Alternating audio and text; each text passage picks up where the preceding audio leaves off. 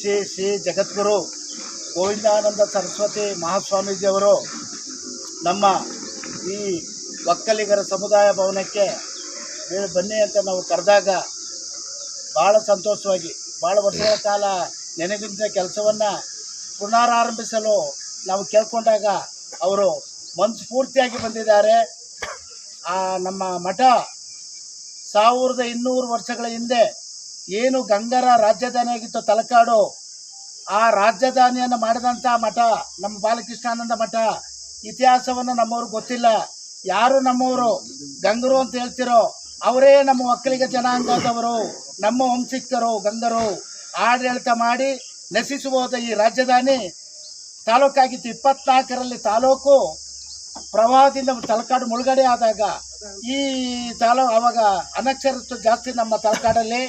ಆಗ ತಾಲೂಕನ್ನು ಟಿ ನರಸೀಪುರಕ್ಕೆ ವರ್ಗಾವಣೆ ಮಾಡ್ತಾರೆ 24ನೇ ಇಸವಿಯಲ್ಲಿ. ಪ್ರತಿಯೊಬ್ಬರು ತಿಳ್ಕೊಳ್ಳಿ. ಆಗ ವಿದ್ಯಾವಂತರಿದ್ದರೆ ತಾಲೂಕು ಹೋಗ್ತಾ ಇರಲಿಲ್ಲ, ತಾಲೂಕು ಉಳಿತಾ ಇತ್ತು ತಲಕಾಡು. ಇವಾಗ ಹೋಬಳಿಯಾಗಿ ಉಳಿದಿದೆ. ನತದೃಷ್ಟ ಅಲಮೇಲಮ್ಮನ ಶಾಪವೋ ಏನೋ, ಏನು ಮಾಡಿದ್ರು ಹಿಂದಕ್ಕೆ ಹೋಗ್ತಾ ಇದ್ದೀವಿ. ತಲಕಾಡು ಹಳೆ ಬೀದಿಲಿ ಮುಂದುವರಿತಾ ಇಲ್ಲ, ಯಾರೂ ರೈತಾಪಿ ವರ್ಗನೂ ಮುಂದುವರಿತಾ ಇಲ್ಲ. ಹಾಗೂ ಹಲೋ, ಯಾವುದೇ ಒಂದು ಕೆಲಸವನ್ನು ಮಾಡಬೇಕಾದ್ರೂ ಕೂಡ ವಿಘ್ನ ಆಗ್ತಾ ಇತ್ತು. ಆದರೆ ನೀವು ನೋಡಿದ್ದೀರ ಬಾಲಕೃಷ್ಣಾನಂದ ಮಠವನ್ನ ನಮ್ಮ ಗುರುಗಳು ಪೀಠಾಧ್ಯಕ್ಷರಾದ ನಂತರ ಬಹಳ ಕಷ್ಟ ಬಂತು. ಅಲ್ಲಿ ಆಳುಗಳಿಗೆ ಸಂಬಳವನ್ನು ಕೊಡೋಕೆ ಇರಲಿಲ್ಲ. ಅಲ್ಲಿ ಕೆಲಸಗಾರರಿಗೆ ತಮ್ಮ ಸ್ವತಃ ಕಾರನ್ನ ಮಾರಿ ಏಕೈಕ ಜಗದ್ಗುರುಗಳಾದಂಥ ನಮ್ಮ ಶ್ರೀ ಗೋವಿಂದಾನಂದ ಸರಸ್ವತಿ ಸ್ವಾಮೀಜಿ ಅವರು ಸಂಭಾವನೆ ಕೊಟ್ಟು ಹೋದ್ರೆ ನನಗೆ ಚೆನ್ನಾಗಿ ಗೊತ್ತು, ಯಾರಿಗೂ ಬೇರೆ ಗೊತ್ತಿಲ್ಲ. ನೆಕ್ಸ್ಟ್ ತದನಂತರ ಗುರುಗಳಿದ್ದರು. ಅವರ ಕಾಲಾದ ನಂತರ ಎಲ್ಲ ಅವರ ಅಂತಿಮ ಸಂಸ್ಕಾರ ಮತ್ತು ಎಲ್ಲವನ್ನು ಕಾರ್ಯವನ್ನು ವಿಧಿವಿಧಾನಗಳಲ್ಲಿ ಪೂರೈಸಿದಂಥ ಮಹಾಪುರುಷರು. ಏಕೆಂದರೆ ಅವ್ರ ಬಗ್ಗೆ ಏನೋ ಸ್ವಾಮೀಜಿಗಳಿದ್ದಾರೆ ಅಂತ ತಿಳ್ಕೊಂಡಿದ್ದೀರಾ. ಅನುಷ್ಠಾನ ಇದೆ. ಅನುಷ್ಠಾನ ಅಂದರೆ ತಪಸ್ಸು. ತಪಸ್ಸು ಅಂದರೆ ನೀವು ಮಲೆಮಹದೇಶ್ವರು ಕೇಳಿದಿರಲ್ಲ, ಅವರು 12ನೇ ಶತಮಾನದಲ್ಲಿ ಏನು ಹೇಳಿದ್ರು ಅದು ನಡೆದೋಗಿದೆ. ಈ ಯುದ್ಧ ಆಗೋದನ್ನು ಆ ದಿನವೇ ಹೇಳಿದರು, ಯುದ್ಧ ಆಗುತ್ತೆ ಅಂತ ಮಹದೇಶ್ವರರು. ಕಲಿಯುಗದಲ್ಲಿ ಏನೇನಾಗುತ್ತೆ ಅಂತ ಎಲ್ಲವನ್ನೂ ಬಣ್ಣಿಸಿದ್ದಾರೆ. ಏಕೆಂತಂದರೆ ಈ ವಾರ ಆಗೋದನ್ನು ಆ ದಿನವೇ ಮಹದೇಶ್ವರು ಹೇಳಿದರು, ಮಲೆಮಹದೇಶ್ವರರು. ಯುದ್ಧ ಆಗುತ್ತೆ, ಅಕ್ಷರ ಇರಲಿ, ಅನ್ನ ದಾಸೋಹಕ್ಕೆ ಕ್ಷೀಣಿಸ್ತಾರೆ. ಈಗ ನೋಡಿ, ಸೌದೆ ಗೀಲ್ಡ್ ಆಗಿದ್ರಿ, ಈಗ ಗ್ಯಾಸ್ ಸಿಗ್ತಾ ಇಲ್ಲ, ಮತ್ತೆ ಸೌದೆನೇ ಬರುತ್ತೆ. ಮತ್ತೆ ಹಿಂದೇನಿದ್ರೆ ಅದೇ ಬರುತ್ತೆ. ಮತ್ತೆ ನಮ್ಮ ಪೀಠಾಧ್ಯಕ್ಷರು ಅವರಿಗೆ ಸಂಬಳವನ್ನು ಕೊಟ್ಟಾದ ನಂತರ ಪೀಠದಲ್ಲಿ ಕೂತಾಗ ಏನು ಗೋಶಾಲೆ ಮಾಡಿದ್ರು ಒಂದಿನ ಇದ್ದಕ್ಕಿದ್ದಾಗಿ ಬಿದ್ದೋಗ್ಬಿಡ್ತು. ಹಸುಗಳು ಏನೂ ಆಗಿಲ್ಲ. ಇದು ಸತ್ಯಾಂಶ ನಾನು ಹೇಳ್ತಿರೋದು. ಅವರ ಅನುಷ್ಠಾನ ಕಾಪಾಡ್ತು. ಆಗ ಯಾರೋ ದಾನಿಗಳು ಅವರೇ ಬಂದು ಗೋಶಾಲೆಯನ್ನು ಕಟ್ಟಿಸಿದರು. ತದನಂತರ ನಮ್ಮ ತಲಕಾಡು ಹಳೆ ಬೀದಿಲಿ ಅವ್ರಿಗೆ ಏನು 1 ರೂಪಾಯಿನೂ ಕೂಡ ನಾವು ಸಹಾಯ ಮಾಡಿಲ್ಲ. ಯಾಕೆಂದ್ರೆ ಇರೋ ವಿಚಾರ ಹೇಳಬೇಕು.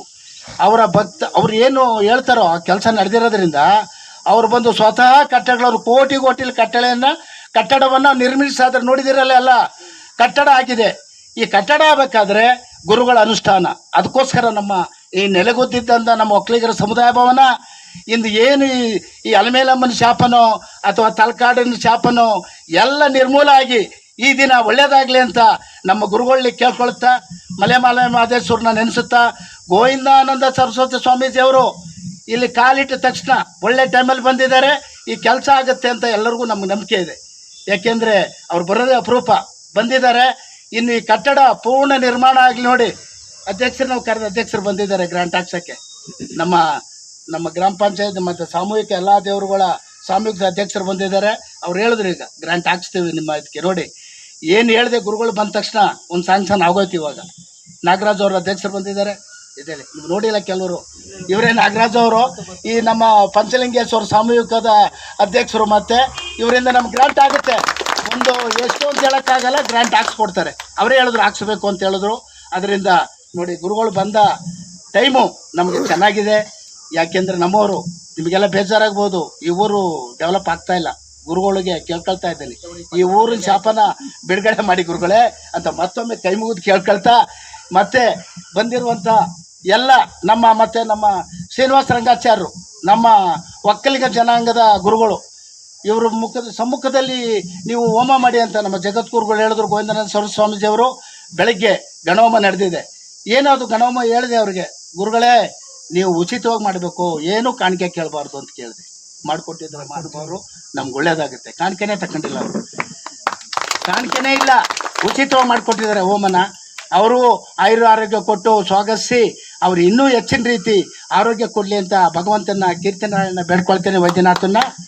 ಹಾಗೂ ನಮ್ಮ ಬಂದಿದ್ದಾರೆ ನಮ್ಮ ಪೋಸ್ಟ್ ನಂಜುಂಡಪ್ಪನವರು, ಅವರು ಮತ್ತು ಇನ್ಯಾರು ಬಂದಿದ್ದಾರೋ ಮುಖ್ಯ ಅತಿಥಿಗಾಗಿ ಎಲ್ಲರಿಗೂ ಕೂಡ ಆರೋಗ್ಯವನ್ನು ಕೊಟ್ಟು, ಮತ್ತು ಗುರುಗಳ ಶಿಷ್ಯಂದರಿಗೆ ಮತ್ತು ನಮ್ಮ ಅಕ್ಕ ತಂಗಿಯರಿಗೆ ಮತ್ತು ಹಾಗೂ ನಮ್ಮ ನಿವೃತ್ತಿ ನಮ್ಮ ನಾರಾಯಣನವರು ಬಂದಿದ್ದಾರೆ ಕೇಳ್ಕೊಂಡ್ವಿ, ಅವ್ರಿಗೂ ಕೂಡ ಮತ್ತು ಎಲ್ಲ ಬಂಧು ಬಳಗದವ್ರಿಗೂ ಕೂಡ ಸ್ವಾಗತಿಸ್ತಾ ನಾವು ಹಾಗೂ ಪತ್ರಕರ್ತರಾದಂಥ ಪ್ರಶಾಂತ್ ಬಂದಿದ್ದಾರೆ, ಅವರು ಟಿ ವಿ ಮಾಧ್ಯಮದವರು.